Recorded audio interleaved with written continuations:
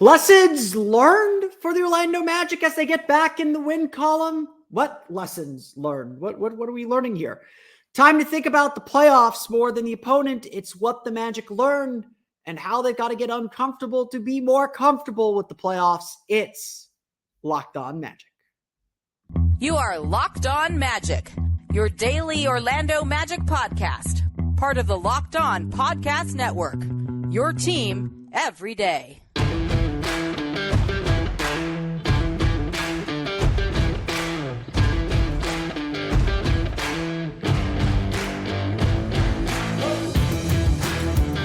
And you are indeed Locked On Magic. Today is March 14th, 2024. My name is Philip Rossman-Reich. I'm the expert and site editor over at OrlandoMagicDaily.com. You can find me on Twitter at PhilipRR_OMD.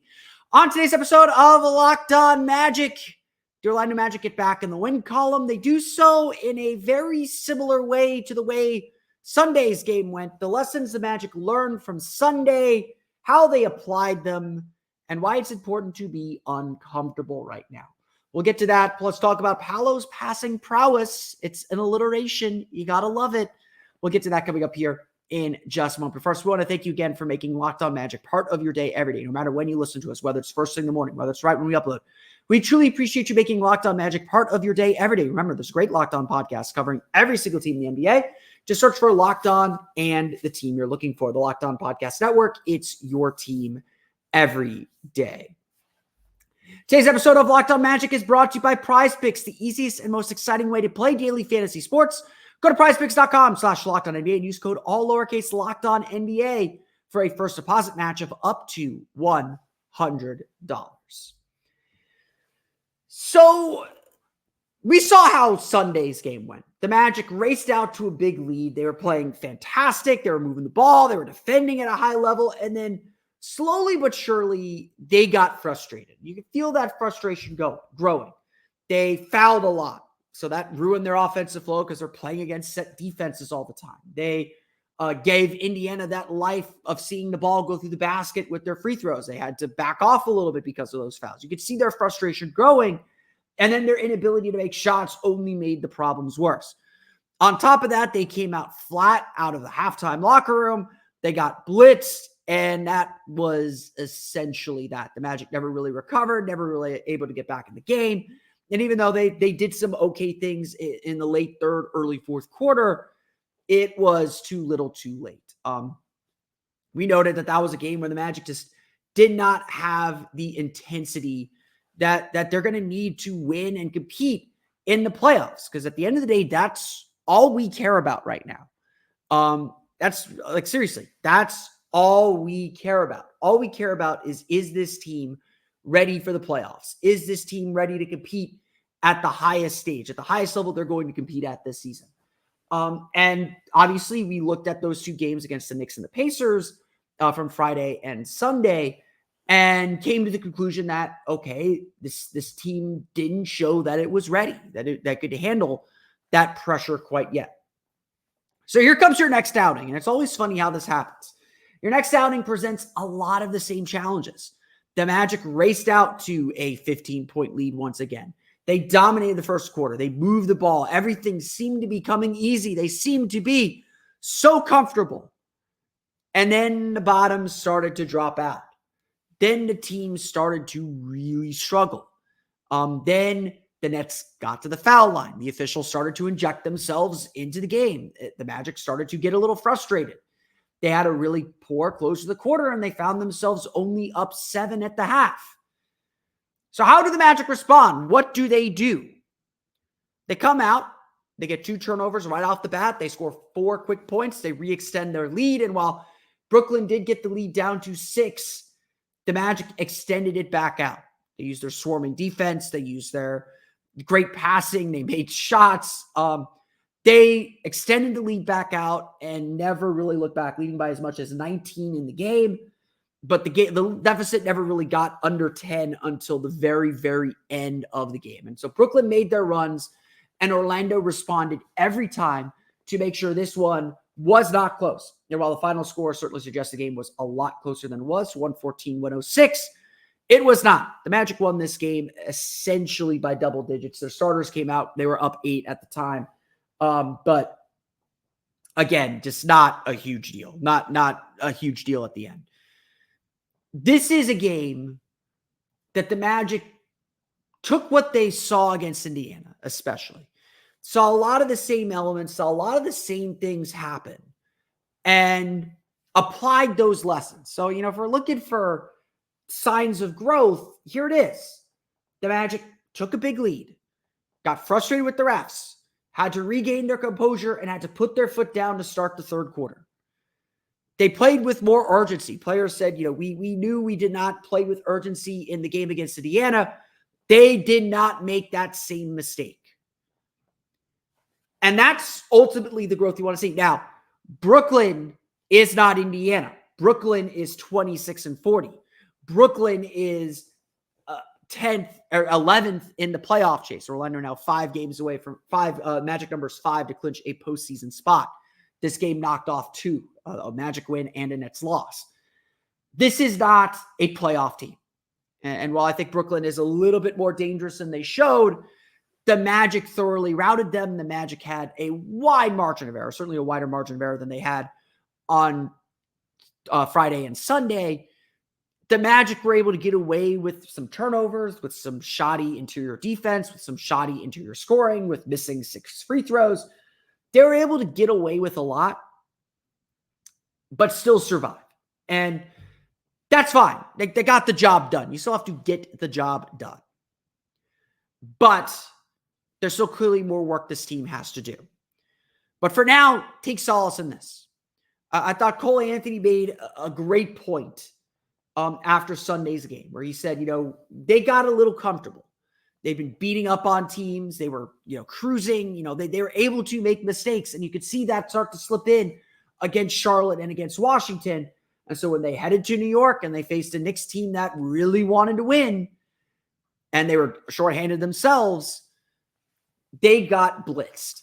They got absolutely blitzed. And when they faced Indiana, they got blitzed. When Indiana made them uncomfortable, Orlando gave into the frustration and backed down. The fact of the matter is, this is the biggest lesson. This is the biggest takeaway to have from these 2 games. The biggest takeaway is the playoffs are all about being uncomfortable. The playoffs are all about how you respond when things aren't going your way, when things do not go your way. That is what's at stake in the postseason, in the playoffs. You have to dot your I's and cross your T's. This isn't the time to mix up that saying. And that means even sometimes when it's not going your way, you still find a way to make it go your way. To succeed in the playoffs, you have to be comfortable being uncomfortable. You have to find comfort when the other team's taking away your first option. And that's something the Magic haven't really had to do. I've often kind of described this team as a little bit of a house of cards where everything is really particularly and carefully set up. And when something gets knocked off kilter, the whole thing can kind of collapse. That's part of this team's problem, and long-term problem, one that, ain't going to get solved this year because the trade deadline's passed. But the Magic have to get comfortable with that if they want to succeed in the playoffs, if they want to take that step. They've got to get comfortable knowing that it's not always going to work. And that's where the Magic have the most room to grow. And so, yes, against a team like the Nets, to be able to do that. And look, the Magic were not super uncomfortable this game. Let me be perfectly clear on that. They were uncomfortable against the Knicks. The Knicks really pushed them around. The Pacers, they were frustrated more than uncomfortable. They weren't comfortable against the Pacers. The Magic were pretty much comfortable the whole night. Brooklyn wasn't doing much to stop Orlando. We'll talk about one of the things Orlando did to just absolutely destroy the Nets in a moment. But the Magic did the job. That's the story at the end of the day. And despite giving up 11 free throw attempts in the second quarter, despite 13 turnovers, and I believe 8 at the half, despite getting outscored 46-38 in the paint, despite having a lot of things that the Magic like to do kind of taken away, Orlando still won comfortably. And we will take that, especially after this past weekend, as a small victory and something to keep building and growing on as we get closer and closer to the moment that really matters, the playoffs. We're going to talk about one of the things the Magic did really well in this game to separate themselves offensively. We'll talk about Paolo Banchero's perfect game. We'll get to that coming up here in just a moment. But first, it's time for a quick word from our friends over at Prize Picks. Prize Picks is America's #1 fantasy sports app. With more than 3 million members, they're the easiest and most exciting way to play daily fantasy sports. And the best part is, you don't care that there's 3 million members. The 3 million members just tell you how popular the game is. Unlike those other daily fantasy sites, you're not going up against a bunch of people. You're not going up against the scores of people who know what they're doing, who don't know what they're doing, hoping that you just get your money back, playing some confusing salary cap or scoring system. No. With Prize Picks, it's just you against the numbers. All you have to do is pick more than or less than on 2 to 6 player stat projections and watch the winnings roll in. Literally, guys, I played Prize Picks. Unfortunately, I can't anymore because they're no longer available in Florida, but I played Prize Picks and I would win so often with Prize Picks. It was my go-to for daily fantasy sports. I deleted the other apps. So the other apps were just not worth my time. Prize Picks offers you so much. They give you the injury protection insurance. You could get your entries paid back to you.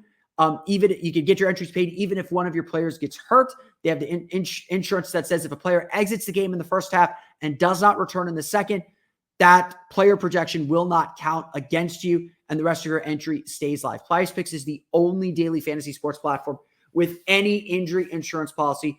They offer quick withdrawals, easy gameplay, an enormous selection of players and stat types. That's what makes Prize Picks #1 daily fantasy sports app. Go to prizepicks.com/LockedOnNBA and use code LockedOnNBA for a first deposit match of up to $100. Again, go to prizepicks.com/LockedOnNBA and use code LockedOnNBA for a first deposit match of up to $100. We want to thank you for making Locked On Magic part of your day every day. Be sure to check out the Locked On Sports Today 24/7 streaming channel. And now, baseball fans, mark your calendars for March 20th. That's next Wednesday at 7 p.m. Eastern Time for the best MLB season preview coming exclusively to Locked On Sports Today. You know how we do our basketball previews? We go through all the different teams. We break them all down with the local experts. That is coming to the Locked On Sports Today to get you ready for the MLB season. On March 20th at 7 p.m. Eastern Time, be the first to get local insight from the MLB local experts of the Locked On Podcast Network. Find it on March 20th at 7 p.m. Eastern Time on the Locked On Sports Today 24/7 streaming channel on YouTube or the free Amazon Fire TV channels app. So who was the star of the game? We talked about what this game means and what the Magic may have learned from this game as they go through the season. Again, 16 games left. Magic number to clinch a playoff spot is 5. That means for those that are uninitiated, 5 Magic wins or 5 Nets losses, any combination of those, and the Magic will officially clinch a postseason spot. That clinches them at least a spot in the play-in tournament. So we are getting to it. We're almost there, almost to achieving our goal, Mission 83. Mission 83 is almost accomplished. Obviously, we have bigger ambitions now than maybe we thought at the beginning of the season. But Mission 83 remained the first big goal that the Magic had to achieve. They're 5 games away from doing it. Hopefully, we will see that happen next week and be able to celebrate it at home we will certainly celebrate it during the homestand. I have no doubt about that. But how did this game happen? Like how did it actually break down? So much of this game starts with poise. And that's really what I'm talking about with learning how to play uncomfortable. When defenses and teams make you uncomfortable, you got to have the poise to still execute, to find ways to still break that down. And that's what the Magic struggled with against New York and Indiana. They just couldn't figure out how to break it down. And so the Magic were very determined from the start of this game to play at a faster pace. You could just tell the energy was picked up. And certainly some of that's Jaylen Suggs being back in the lineup. We'll get to him when we go through the box score here in a moment. But a lot of this starts with the Magic star player. Like any team, your success begins and ends with your star players. And so just starting here, the Magic had 29 assists on 40 field goal makes, which is really good. More than 50%, almost 75% of your field goal makes are assisted. That doesn't even get into free throw assists. 29 of 40 field goals were assisted. 15 of those 29 assists came from Paolo, Banchero, and Franz Wagner. Their unselfishness, their ability to move the ball, their ability to find cutters, to find passers, to absorb pressure, that's why the Magic were able to win this game. And that's ultimately what the Magic envisioned from their two young players. That's ultimately what they see from these guys that make them unique, that make them different than the other teams in the league. They ultimately want those guys to be playmakers and make smart decisions with the ball. And that's exactly what happened. I'm going to break down this hopefully in a video on my Patreon tomorrow. But Paolo Banchero was just in his bag all night long. And not in his bag scoring-wise. He took only 6 field goals. For the first time in his career, he made every shot he took, 6 for 6 from the floor, scored 21 points off 6 field goal attempts. That's 8 for 9 from the foul line. He was really dialed in offensively, but he understood this was not his game to be a crazy scorer. That wasn't what the team needed from him. What the team needed from him was to get the ball, wait for the defense to trap him, and then swing it to the open guy. And sometimes that meant a somewhat tricky cross-court pass. That sometimes meant a tricky pass along the baseline to a cutter. That was still incumbent on his teammates getting themselves open and presenting themselves in space. But Paolo was just on it, passing all game long. And I think while we're all obsessed with the scoring, and the scoring is really, really important, and we're expecting Paolo to elevate his scoring when he gets to the playoffs, what makes Paolo so unique and so special, and what puts him in the class of the Luka Doncic's and LeBron James's of the world for his age, is that he averages 5 assists per game and flirting with 5.5 assists per game, if I'm not mistaken. I think he's at 5.4 at this point. He is an excellent passer. And when he is locked in, making passes, and his teammates are presenting themselves, he's really good. And what he does so well, especially for a player his age, is absorb pressure. He's patient. He waits to see where the defense is coming from before he makes his attack. He's a lot more deliberate with his dribbles. And when he displays that patience and poise and teams commit to doubling him, that's when he has you. Honestly, I think teams are going to learn that you want to stunt, you want to show, you don't necessarily want to double him fully. And then he's going to have to understand if they don't double him, he's got to take that shot. He's got to hit that mid-range jumper, which he's gotten so much better at. Paolo is still learning what these reads are. And so sometimes he does make mistakes. He still turns the ball over a lot. He still tries these risky cross-court passes, but he's getting a lot better at them. And in this game, whether it was finding Jaylen Suggs on a cross-court pass, throwing a baseline pass down to Wendell Carter for a dunk, or feeding the ball to Markelle Fultz in the middle of a zone defense that was collapsing around Paolo on the wing, Paolo had great vision this game and just made everybody's life easier. And a lot of that, again, with a superstar player like Paolo, and he's getting to that qualification. I don't know if he's quite there yet, but he's getting there. With a star player like Paolo, what they're good at is absorbing attention. That's their superpower. It's not always about the scoring. They're going to find ways to score. They're going to find pockets to score. What they do for their team and the way they make their team better is they absorb attention. And that's what Paolo does every time he touches the ball.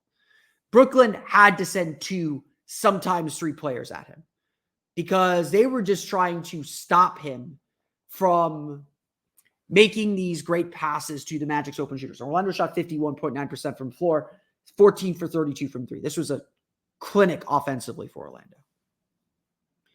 Paolo Banchero's passing is a huge reason why. And it honestly, he's grown in so many ways this year. His mid-range jumper is a lot better. His passing has taken leaps and bounds too. And if this becomes a permanent part of his game, it becomes a more consistent triple-double threat or double-double threat with his passing, he's going to be really good. He's previewing that he's going to be one of the elite players in this league. And it's probably going to happen a lot sooner than we think considering how much better he's gotten his second season. We'll go through the rest of the box score, talk a little bit about what we saw from individual players. We'll get to that coming up here in just a moment. But first, it's time for a quick word from our friends over at Robinhood. Let me see if I can find the thing. There it is. Did you know that even if you have a 401k for retirement, you can still have an IRA? Robinhood has the only IRA that gives you a 3% boost on every dollar you contribute when you subscribe to Robinhood Gold. But get this, now through April 30th, Robinhood is even boosting every single dollar you transfer in from other retirement accounts with a 3% match. That's right, no cap on the 3% match. Robinhood Gold gets you the most for your retirement thanks to their IRA with a 3% match. This offer is good through April 30th. Get started at Robinhood.com/boost. Subscription fees do apply. And now for some legal info. Claim as of Q1 2024, validated by Radius Global Market Research.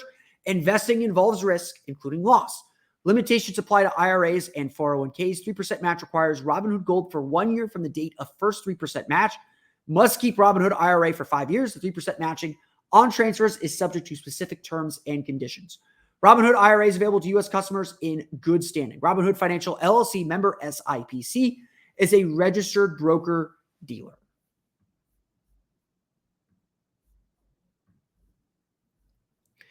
Okay, let's go through the final box scores. The Orlando Magic defeat the Brooklyn Nets 114-106. Like I said, this game was a really great offensive clinic for Orlando. Brooklyn just was not able to slow Orlando down for long stretches. Their best defense honestly came in the second quarter when they were able to get to the foul line a little bit more. And that's so they scored 38 points in that quarter. And that boosted them a little bit, but Orlando really got whatever they wanted offensively. And so just, again, it's a matter of, comfort. When I think of comfort more than anything, when Cole Anthony said, we got a little too comfortable, I kind of took that as a little bored. Honestly, like things were just a little too easy to execute. You're just kind of going through the motions. Like teams need the challenge. They need the challenge. And unfortunately, like they're playing teams that give them a pretty wide margin of error. They can get away with some mistakes. And so, Brooklyn's another team where you can get away with some mistakes, and the Magic did get away with a lot of mistakes even in this game. So there's plenty of room for them to get better, but they had a really strong game. Like so many players just played really well. They put 7 players in double figures. Paolo Banchero led the way with 21 points, perfect 6 for 6, first time in his career. He has gone perfect from the field in the game. 1 for 1 from beyond the arc, 8 for 9 from the foul line, 9 rebounds for him. He did have 2 turnovers, but just a fantastic 9 assists, not 9 rebounds. He had 3 rebounds. But a really just fantastic game where he controlled the tempo and controlled how he attacked. Brooklyn just could not throw bodies at him enough to keep him from making passes, and he found guys all over the place. One of the chief recipients was Wendell Carter. Another really nice game for him, 15 points, 8 rebounds, 5 for 8 shooting, 4 for 6 from the foul line. Wendell Carter was out to get every rebound early in the game. I think he had 5 rebounds in the first quarter. In fact, let me check that real fast. 4 rebounds for Wendell Carter. So that was not far off. 4 rebounds for Wendell Carter in the first quarter. He was really determined to own the paint, and I thought he did a really good job with that. Had a couple blocks. How many blocks they credit him with? 1 block, but I thought he played really well. Did get weaker as the game went on. I think Nick Claxton was able to get himself going and kind of make a dent in the paint. Again, Carter, I think, had to step up a little bit. Defense got looser as the game went on. I thought the defense was generally pretty good. Brooklyn shoots 46.9% from the floor. They do have 46 points in the paint, which is pretty good defensively, but more than the Magic scored in this game. 7 for 26 from three. They missed a lot of threes, and that obviously helps the Magic a ton because, they're not going to be able to catch up as much with their three-point shooting. 23 for 27 from the foul line is probably the biggest thing for the Magic, just fouling way too much. Game got really mucky in the second quarter. There were 4 technical fouls in the game. All of them called five technical fouls called in the game. 2 of them on the Magic called in the second quarter. So game got frustrating and the Magic let it get to them a little bit, but they were able to kind of tighten themselves back up, button themselves back up and get back to work. And that's when they frustrated Brooklyn, and Brooklyn picked up a couple technical fouls because they were upset and frustrated with how the Magic were able to be physical with them. Wendell Carter did a good job establishing that early. And again, just faded a little bit late. The Magic had a big burst offensively. They outscored Brooklyn 33-16 in the first quarter. Jaylen Suggs scored 11 of his 14 points in the first quarter. He was 5 for 12 from the floor, 4 for 8 from three. Just good to have Jaylen Suggs back. Like, he just gives this team so much energy. Paolo Banchero said in the walk-off interview with Dante Marchitelli that Jaylen Suggs is the team's heart and soul. Like, he is the team's heart and soul. And he does such a great job just pushing the pace and pushing the tempo on both ends. Like, he just gets into whoever he's guarding defensively. We know that he's just going to be the head of the snake on defense, as Jamal Mosley says.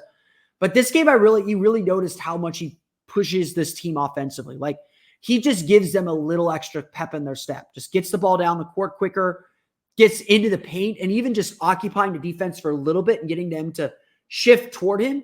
When he resets and kicks it back out, now the defense is in balance and Orlando is able to attack real quickly. So Suggs' ability to just get downhill a little bit in transition and his willingness to run in transition, even going 1-on-4, even if he's not trying to score, that stuff matters for this team. And so having him on the floor was just a huge boost. He's become a great shooter. He continues to shoot the ball really, really well. And he played, he did the job. He did what he needed to do, even though he got most of the scoring done early. He played really well. Gary Harris, 13 points, 4 for 8 shooting, 2 for 5 from three. Magic do have a great record when Gary Harris hits 2 or more threes. Franz Wagner, 14 points, 6 for 14 shooting, 1 for 4 from three, 5 rebounds, 6 assists, 3 steals for him. I'm a bit surprised that Vagner had such a poor shooting percentage and didn't shoot the ball particularly well. The jumper is still just a little bit of a mess, just been an off year for him jumper-wise, but I thought he was really, really strong getting downhill, and inviting attention, inviting the defense to collapse around him. I thought he did just a really, really good job overall in this game. And, I'm pretty happy with how he played, to be perfectly honest. We'll talk more about Franz, I think, on tomorrow's episode of Locked On Magic, just a little bit about what the Magic need from him, because they do need him to pick up his efficiency a little bit more. But a solid game for him gave the Magic exactly what they needed. Just like how Paolo was soaking up attention, having to pass the ball, Franz was doing that too. He was finding people and obviously keeping the ball moving, which is ultimately what matters for the Magic. They need their stars to score, but if they're creating points for others, that's also them scoring. That's also really, really important for them too. Jonathan Isaac had a fantastic game. 11 points, 4 for 6 shooting, 3 for 5 from three, 2 blocks, just a menace defensively like usual. He played really, really comfortably. The Magic tried him a little bit at center, more intentionally this game. And again, it worked because the Magic made threes. I will say that. I haven't looked at the full lineup data yet, but I think it worked because the Magic made threes. And so, when you go small, the idea of going small is you get what disadvantage you give up with your size, you make up with your speed, versatility, and three-point shooting. And obviously the Magic aren't going to rely on three-point shooting. Isaac's an improving, but not a great three-point shooter yet. The Magic, I think, did well in those minutes. They gave up a few rebounds, but they compete hard and contested everything. So there's definitely more to explore, and I think the Magic are going to use some of these games coming up to explore that a little bit more. Markelle Fultz also, I thought, had a great game. 10 points, 8 rebounds, 4 for 10 shooting. So the shooting doesn't look great. Missed a couple shots around the basket, missed a couple jumpers, but he did a really good job occupying space in the zone. The Nets were trying to use their center on him to clog the paint. He made himself available in pockets where he could score, where the defense was leaving it open, and he made those shots. He made them pay. And ultimately, that's what the Magic need from Markelle Fultz. If they're going to leave him open, get to spots where you can make shots and make them pay for leaving you open. Make them put the guard on you. That's kind of the directive now. Whether that is a directive that will work when we get to the playoffs, I think everyone is fairly skeptical on it. Again, the Magic were able to make it work in this game. So there is a formula to make it work, but it still depends on Markelle making shots. And that is unfortunately not always a guarantee. The Magic shoot 51.9% from the floor, 14 for 32 from beyond the arc. They do only have 13 turnovers for 10 points. I believe they had 8 at the half. So much better half of basketball in the second half as they maintained and kept their lead for much of it. Brooklyn also had 13 turnovers for 12 Magic points. Again, they shoot just 7 for 26, 26.9% from beyond the arc, 46.9% from the floor. Orlando with 29 assists on 40 makes, including 15 from Paolo and Franz. An excellent offensive game for Orlando. They took care of their business. At the end of the day, we could say all these things and all these takeaways that we want to have from this game. At the end of the day, the Magic took care of their business. They beat a team that they're supposed to beat. They beat them not handily. They led by as much as 19. They never really kind of blew the doors open, but they took care of business. And at the end of the day, that's what matters. The win is what matters. The Magic got the win. They can learn their lessons. They can improve from that. That's what matters against these teams. You're maybe not going to learn whether this team stacks up or measures up to an elite team. We're not going to see a playoff team until next Thursday, not tomorrow. Next Thursday against the Pelicans. It's going to be a while. And then you have that run of Pelicans, Kings, Warriors, Clippers. That run in the 8-game homestand, that's going to determine whether the 8-game homestand is a success.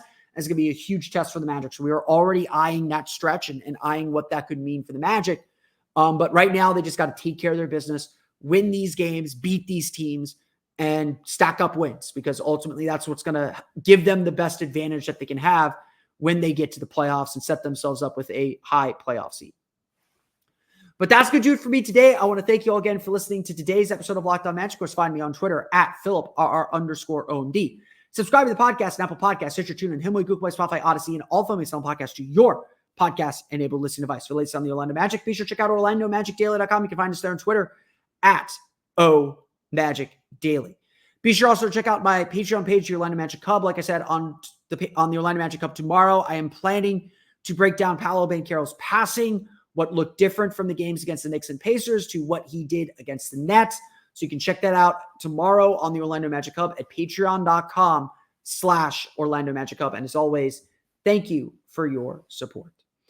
That's going to do it for me today, though. I want to thank you all again for listening to today's episode of Locked On Magic. For your next listen, be sure to check out the Locked On Sports Today 24/7 streaming channel on YouTube, and now available on the Amazon Fire TV, free Fire TV channels app.